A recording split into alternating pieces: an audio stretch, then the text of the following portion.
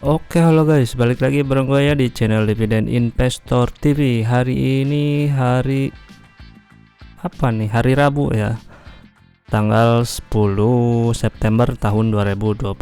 Nah, IHSG hari ini mengalami penguatan ya, 0,92%,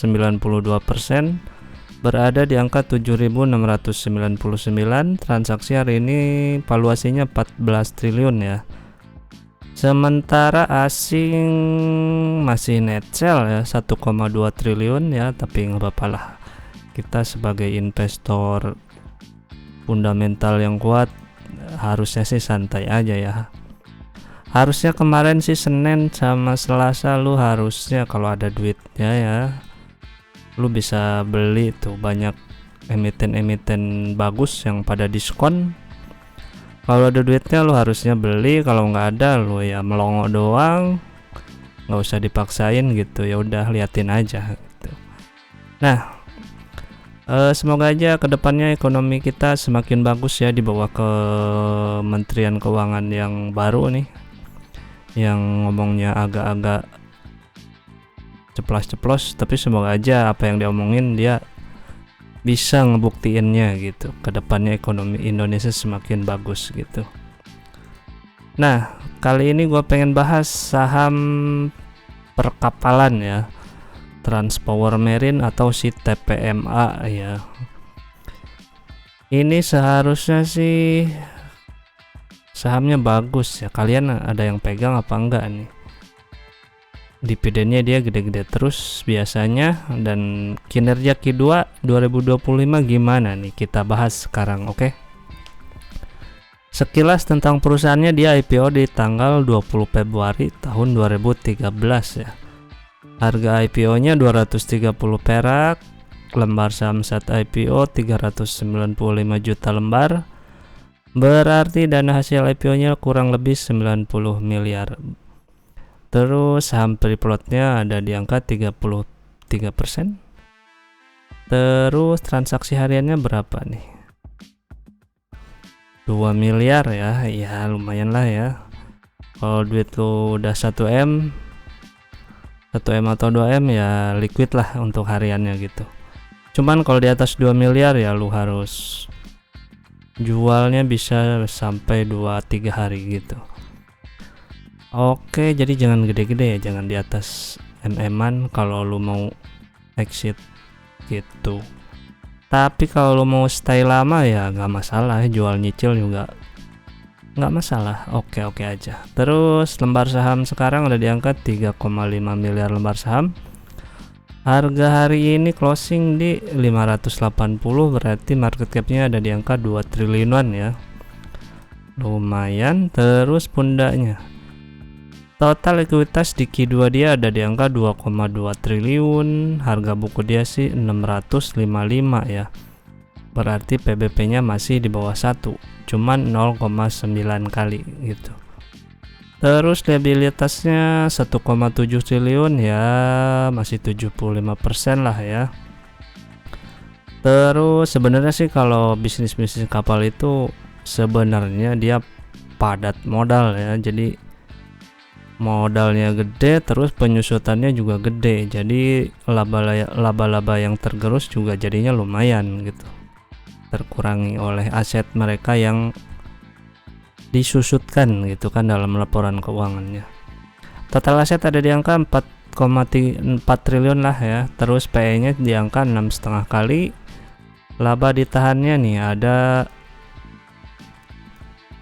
69 juta dolar ya. Ini satuannya dolar, berarti kalau dirupiahkan kurang lebih 1,1 triliun ya, lumayan lah ya, semoga duitnya ada. Terus untuk revenue di Q1 2025, Q1 dia dapat 433 miliar, Q2 dapat 457 miliar atau naik 5,5% ya. Pendapatan naik tapi gross profit turun ya, itu sudah biasa lah ya, soalnya seperti yang gue bilang ini mau padat modal ya, modalnya gede gitu. Jadi gross profitnya Q1 147 miliar dan Q2 132 miliar. Terus secara persentase sih gross profitnya lumayan gede ya, 30%-an rata-ratanya. Untuk net profit margin Q1 95 miliar, dan Q2 malah turun ya, meskipun revenue-nya naik tapi NPM-nya turun, cuma dapat 62 miliar ya, biayanya membengkak. Terus berarti rata-rata NPM-nya 17%, masih oke. Semoga Q3 dan Q4 ada perbaikan gitu. Berarti IPS di Q1 ada yang ke-27 dan Q2 17 perak. Total IPS secara annualize 89 perak ya. Lanjut ke dividennya, berarti dia tahun kemarin bagi berapa persen nih DPR-nya? DPR-nya 70% ya 2024. 70% berarti kurang lebih 62 perak ya estimasi dividennya.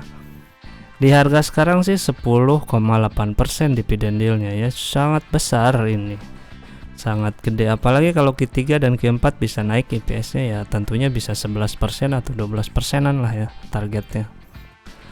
Dan dengan DPR yang sama 70% gitu.